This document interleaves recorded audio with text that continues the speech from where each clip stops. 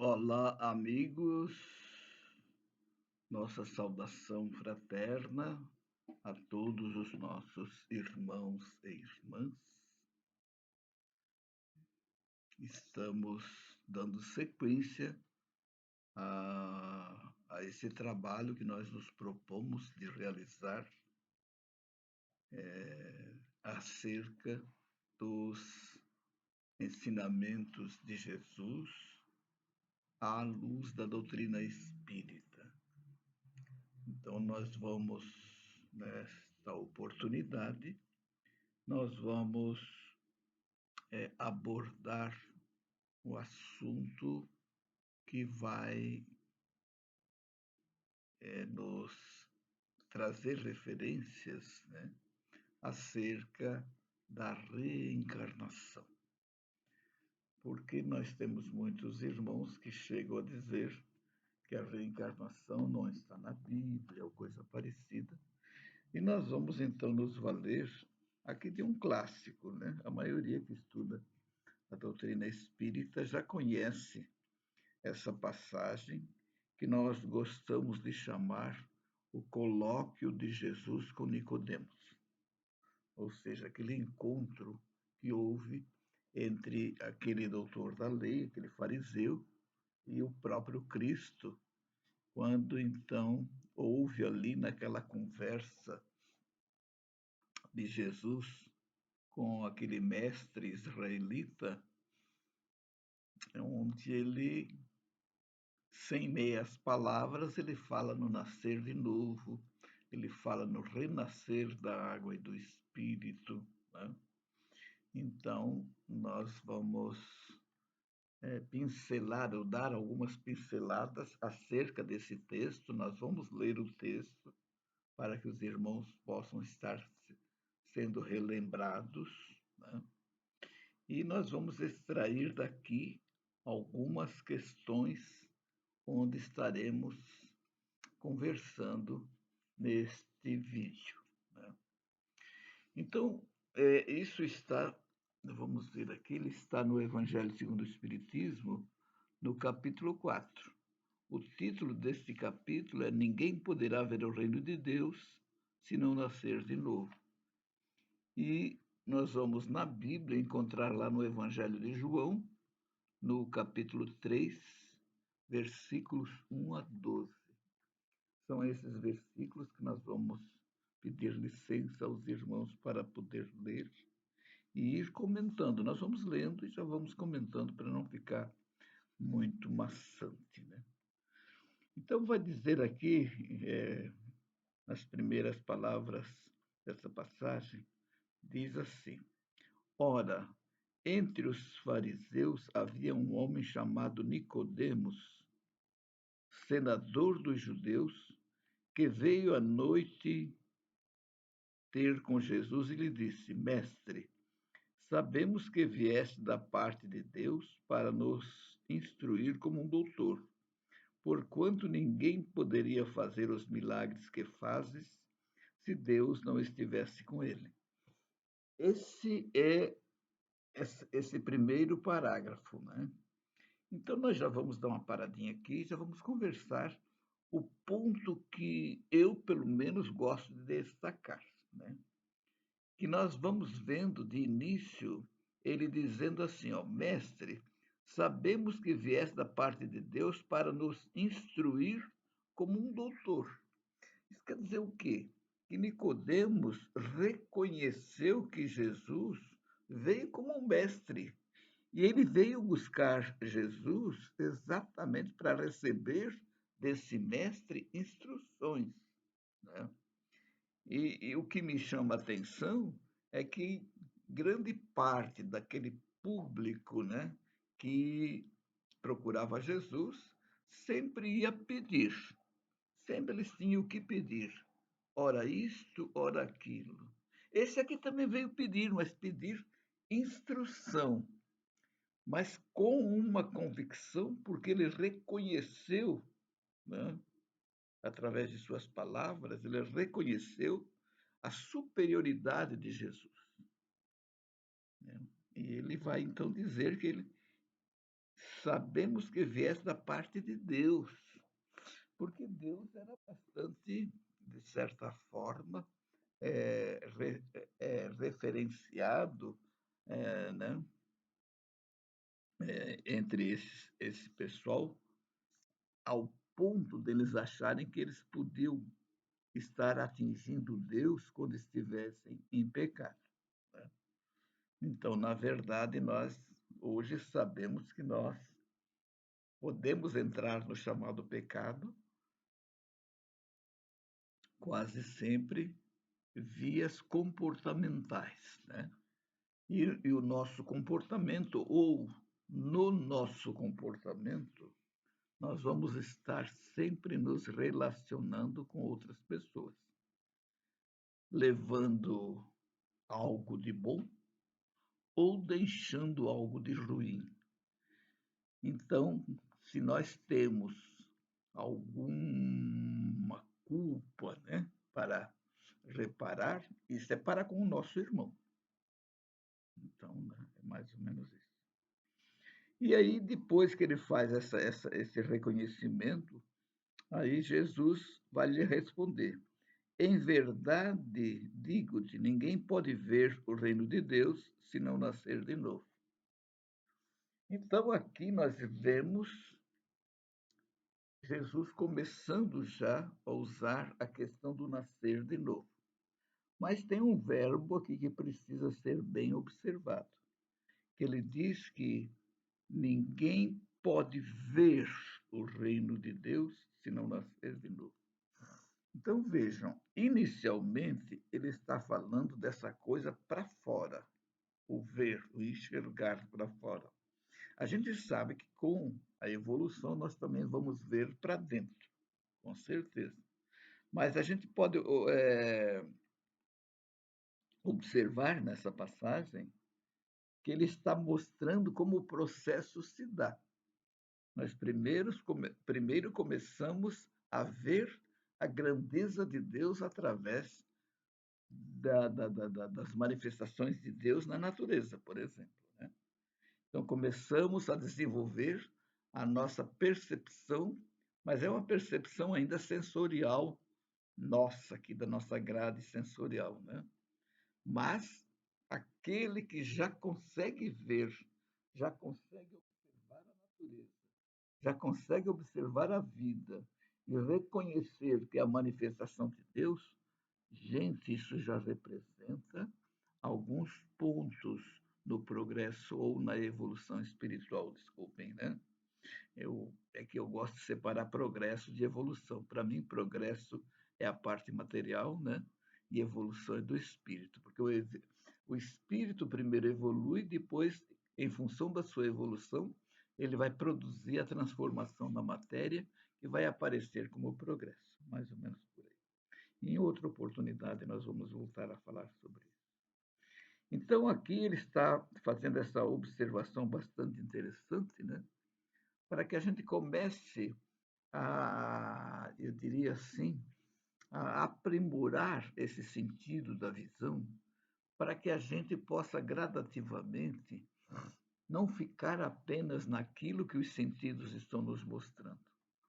Porque nós hoje, como espíritas, entendemos que a matéria em si, seja ela o que for, uma árvore, uma pedra, qualquer coisa, animais, corpos, tudo são questões materiais daqui da nossa existência. Então, são fatores existenciais que escondem por trás o aspecto essencial. Então, os nossos olhos físicos conseguem divisar o existencial, que é muito importante. Essas questões existenciais nossas aqui, que a gente costuma chamar o mundo de César, né? O mundo cesariano. Mas ele tem uma importância gigantesca para o nosso crescimento espiritual, na medida em que nós vemos essas manifestações existenciais como instrumento para o espírito.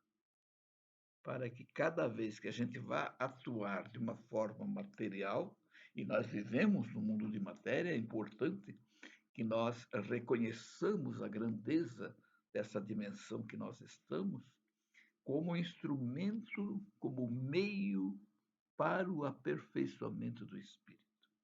Então, com isso, nós vamos o quê? Nós vamos desenvolvendo a nossa capacidade perceptiva visual, né? Para ir além daquilo que a matéria está nos mostrando. Então, hoje, nós sabemos que se eu olhar para uma pedra, antes de conhecer esses princípios espíritas, para mim, pedra era uma pedra. Mas hoje eu olho para uma pedra e eu observo que ali é um conglomerado de princípios inteligentes. É porque o princípio inteligente ele começa no átomo, né? Ele vai ele vai se aprimorando, né?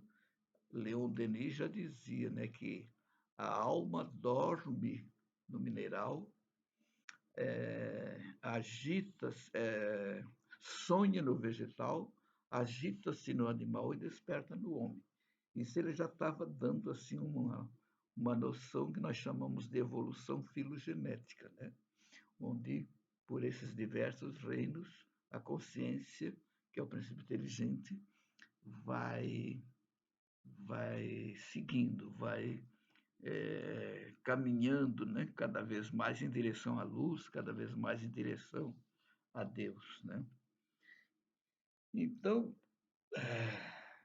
para que a gente possa fazer esse processo de desenvolvimento dessa visão cada vez mais metafísica, nós precisamos buscar Jesus, buscar os seus ensinamentos, os seus postulados e começar a trabalhar de uma forma que a gente tire daquelas letras a literalidade, deixando ela fora e pegando a parte essencial que ali está. Porque é importante lembrar que Jesus teve que usar palavras, Jesus teve que usar parábolas, hipérboles, elementos para poder fazer a sua comunicação chegar, né, aos seus ouvintes, aos seus interlocutores. Então é preciso ver que aquelas palavras, elas significam que Jesus está carreando através delas uma essência. Então eu não posso simplesmente, quando ele fala lá na parábola do bom samaritano, ficar olhando Jerusalém física e a Jericó física. Aquilo é só um exemplo que eu quero dar para que a gente possa entender que atrás da palavra Jerusalém existe toda uma essência espiritual, um simbolismo, né? Onde está representando a Jerusalém, a nossa espiritualidade, né? E Jericó representando a matéria. Então, lá naquela parábola, o que a gente vê? Alguém trocando questões espirituais por questões materiais. Um homem descia de Jerusalém para Jericó. Já o verbo descer, a gente já pode também observar como isso já quer dizer que ele estava em queda vibratória, ele estava descendo vibratoriamente. Por quê? Porque ele estava trocando aquela questão que Jerusalém representa, a questão da sua religiosidade, por uma questão que vai representar uma materialidade. Em Jerusalém, nós vamos ver o processo vertical, né? Vertical. E na Jericó, nós vamos vendo a horizontalidade, né? Então, uma coisa é essa horizontalidade, a outra coisa é a verticalidade. Então, nós temos que usar as questões horizontais em favor dessa verticalização. Isso vai passar pelos nossos sentimentos, pelas nossas intenções, pelos propósitos que temos de atuar como espíritos que somos nessa experiência humana. Então, aqui ele vai trabalhar essa questão mais do externo, mas no sentido de a gente ir se aprimorando. E diante disso, Nicodemos vai dizer para ele: como pode nascer um homem já velho, pode tornar a entrar no ventre de sua mãe para nascer segunda vez? Porque eles admitiam já a ressurreição. Porém, eles entendiam como ressurreição.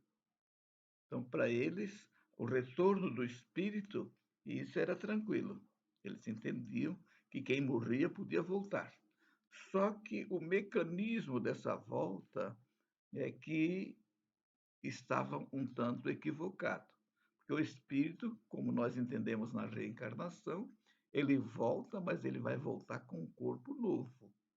Ou seja, o espírito em termos de espírito, é o mesmo, embora em cada encarnação ele tenha uma manifestação própria, né, daquela encarnação, a que nós chamamos de alma. A alma é aquela porção do espírito que está integrada, que mergulhou na matéria, né, para poder atuar e experienciar aqui e fazer com que essas experiências elas retornem para o espírito, na sua essência, as experiências tiradas, principalmente as boas. Né? Então, nós vamos ver que esses retornos vão se dar sempre através de novos corpos, né?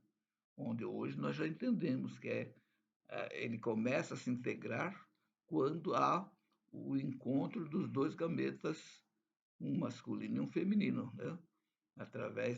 Naquele momento do encontro, nós vamos vendo de que ali o espírito começa a se unir via perispírito, que é a parte que vai se ligar, né? aquela, aquele processo onde eles vão se juntar, redundando no ovo, no zigoto. Né? O zigoto já é uma demonstração da união do espírito com a matéria, ou seja, via perispírito. Né? Então, sobre o perispírito, nós vamos falar em outro momento para não fugir muito aqui do assunto.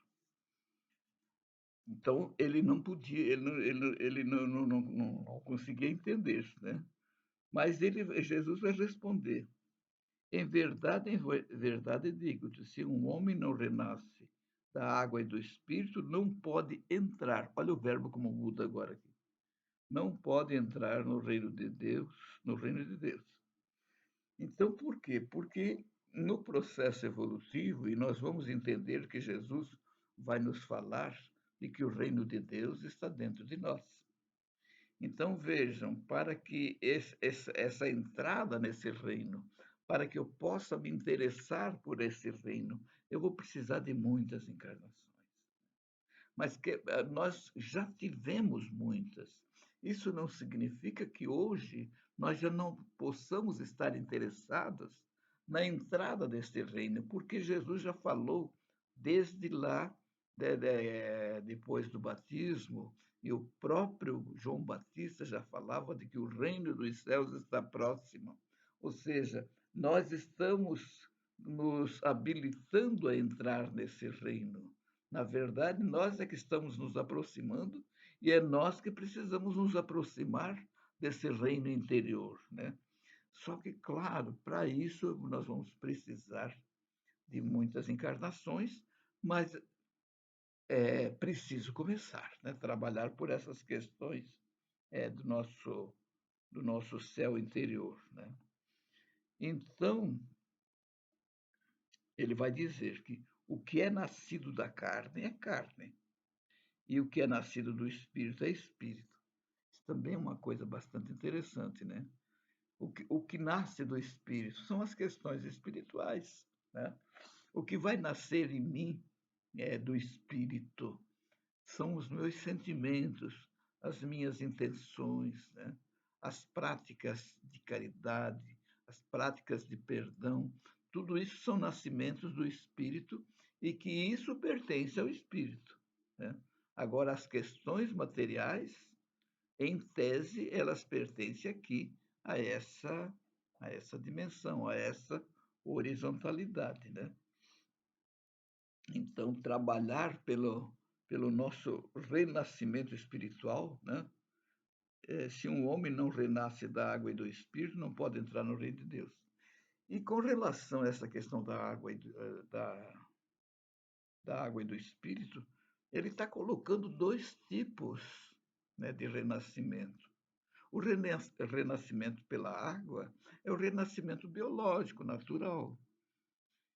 E o renascimento do espírito é a minha transformação.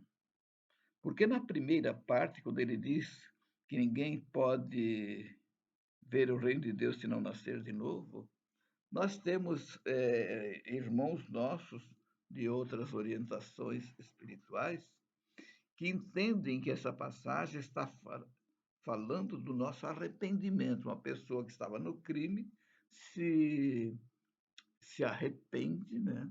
E nasce de novo.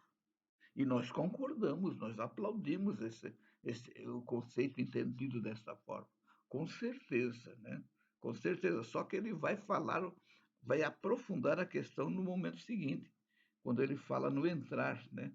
Então, é bastante interessante esse aspecto, onde, então, vamos vendo Jesus fazendo referência do retorno do Espírito, que eles já entendiam lá, né? O que nós chamamos de reencarnação e chamavam de ressurreição. Então, a gente nota nessas questões, irmãos e irmãs, que a ideia do retorno do espírito é antiga, né? Então, nós vamos ver já lá atrás, né? Nós vamos ver lá nos gregos a ideia, por exemplo, a ideia de Pitágoras, né? Fazendo com que ele falasse da possibilidade do retorno nosso em animais, né? Que ele chamou de metempsicose. A metempsicose ela tem a sua virtude na medida em que ela está se referindo ao retorno do espírito. Isso é fantástico. Agora, como ele vai retornar aqui em corpos de animais, nós sabemos que a estrutura perispiritual não se adequa ao psiquismo do animal, né? Então, a ideia do retorno, nós temos que aplaudir, né? Nós temos que aplaudir. Mas nós também tivemos outros como Anaximandro, né? Que falava da palingenesia. Eu acho muito legal essa expressão, né? A palingenesia, um processo palingenético, né? Então, porque essa expressão ela tem uma cobertura em todos os reinos, porque eu não poderia dizer que tem uma inteligência, uma consciência reencarnada na pedra, até porque ali não tem carne, né? Mas eu posso dizer que ele está num processo palingenético, obedecendo toda essa cadeia evolutiva, né? É que Kardec ele entrou no aspecto praticamente mais nosso, mais humano, né? Das reencarnações de espíritos já humanizados, embora nós vamos encontrar também ali, na questão dele fala dos animais e dos homens, nós vamos, ao estudar bem aquilo ali, vamos ver que ele já está abordando também esse processo evolutivo que nós chamamos filogenético, né? De formas, então, meus irmãos, ele vai dizer que o que é nascido da carne é carne, o que é nascido do espírito é espírito. Não te admires de que eu tenha dito ser preciso que nasças de novo. Olha só. Ele vai reforçando, né? E ele vai dizer que o espírito sopra onde quer, e ouves a sua voz, mas não sabes de onde ele vem, nem para onde vai. E o mesmo se dá com todo homem que é nascido do espírito. Então, ele está falando aqui de liberdade, né? Ele sopra onde quer. Então, isso nós podemos entender como liberdade. E esta liberdade ela vai sendo acentuada quando nós acentuamos também essa questão do que é nascido do espírito, né? Para que o homem produza cada vez mais a sua evolução, para que possa ter uma liberdade cada vez maior, né? O nosso livre-arbítrio, tudo isso vai se ampliando com essa nossa evolução, né?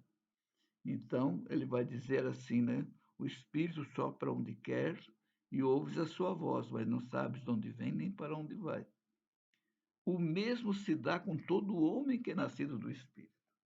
Então, aqui ele está falando exatamente do renascimento espiritual, daquela transformação que nós precisamos, né? Que a gente ouve muito na doutrina espírita falar, né? Em reforma íntima. Eu prefiro usar a palavra transformação, porque reformar é diferente do que transformar. Então, mas é uma questão, de repente, só de conceito. Mas eu prefiro a palavra transformação, porque é o que vai acontecendo cada vez mais conosco. Nós vamos precisando ir nos transformando, tendo cada vez mais, digamos assim, uma mudança na nossa forma de pensar, de sentir e de obrar. Né?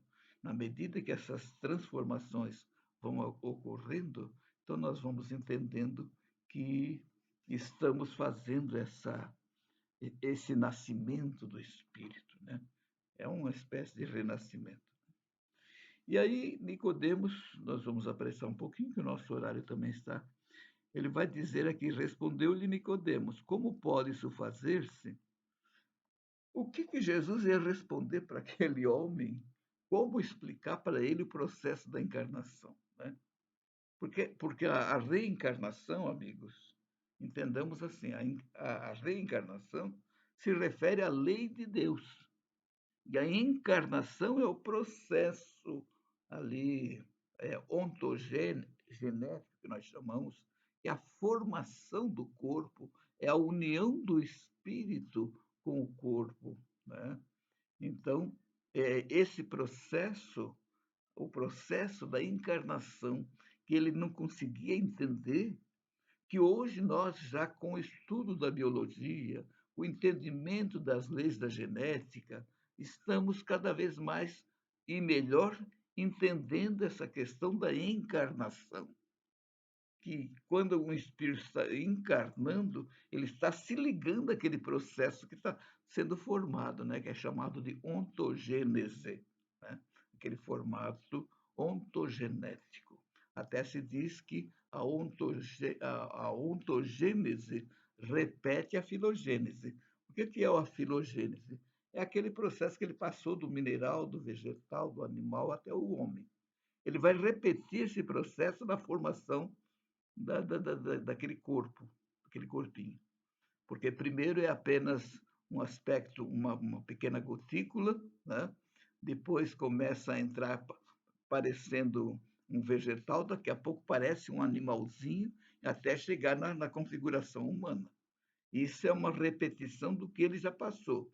Então, esse processo de formação ali se chama ontogênese. E a ontogênese está repetindo a filogênese, ou seja, aqueles processos, aquelas experiências, aquelas etapas que o princípio inteligente passou na sua caminhada evolutiva. Como dizer isso para o Nicodemos? Então, ele pergunta assim: como pode fazer-se? Como pode isso fazer-se? Ou seja, ele queria entender uma coisa que ele não tinha estrutura para entender aquilo ali, né? E Jesus só pôde lhe dizer: pois que és mestre em Israel e ignoras estas coisas, digo-vos em verdade, que não dizemos senão o que sabemos e que não damos testemunho senão do que hemos visto. Entretanto, não aceitas o nosso testemunho. Mas se não me credes quando vos falo das coisas da terra, como me crereis quando vos fale das coisas do céu? Ou seja, imagina falar para Nicodemos o que o André Luiz vem trazendo hoje para nós, são coisas do céu, né? E quando ele diz que não me credes de coisas da terra, porque ele está falando de nascimento. Nascimento ocorre todo dia. Só que para nascer aquela criança, teve todo um processo, como acabei de explicar mais ou menos, a questão ontogenética, né? Então, para isso, nós tivemos que avançar através das diversas encarnações, esperar que a ciência eclodisse, né? Trazendo informes para nos auxiliar a entender esse processo e entender, inclusive, melhor as palavras de Jesus, né? Por exemplo, né, a astronomia, ela veio nos ajudar a entender há muitas moradas na casa de meu pai, né? A biologia, né, ela veio trazer essa facilidade para entender essas questões, né? Os sede perfeitos, como perfeito é vosso Pai de Jesus, é o enunciado da lei de evolução, que nós temos aí o João Batista Lamarck, Charles Darwin, né? Nós temos o Wallace Alfred, como é que é o nome dele? É um biólogo inglês, Alfred Russel Wallace, que inclusive esse biólogo era espírita, né? Então, com o advento né, desses aspectos da ciência e com vários cientistas se envolvendo para nos auxiliar no entendimento, nós passamos até a entender melhor o próprio Evangelho, né? Então, é uma espécie de aliança, né? Que o próprio Kardec vai falar no Evangelho segundo o Espiritismo, ali no começo, né? Capítulo 1, aliança da ciência e da religião, quando um vem auxiliar o outro e que a gente está prestes a que isso ocorra. Então, irmãos, por hoje era isso, mas nos aguarde que nós estaremos sempre passando novos vídeos para os irmãos e que nós possamos todos continuar interessados na conquista desses valores cristãos, né? Porque nós somos cristãos. Há quem diga que espírita não é cristão, esse não conhece a doutrina espírita, né? Mas nós somos cristãos, Jesus é o nosso modelo e guia, né? Como está lá na questão 625 do Livro dos Espíritos. Então, nossa gratidão a todos, a nossa rogativa a Jesus, que todos sejam abençoados e que a paz do Senhor esteja em cada coração, hoje e sempre.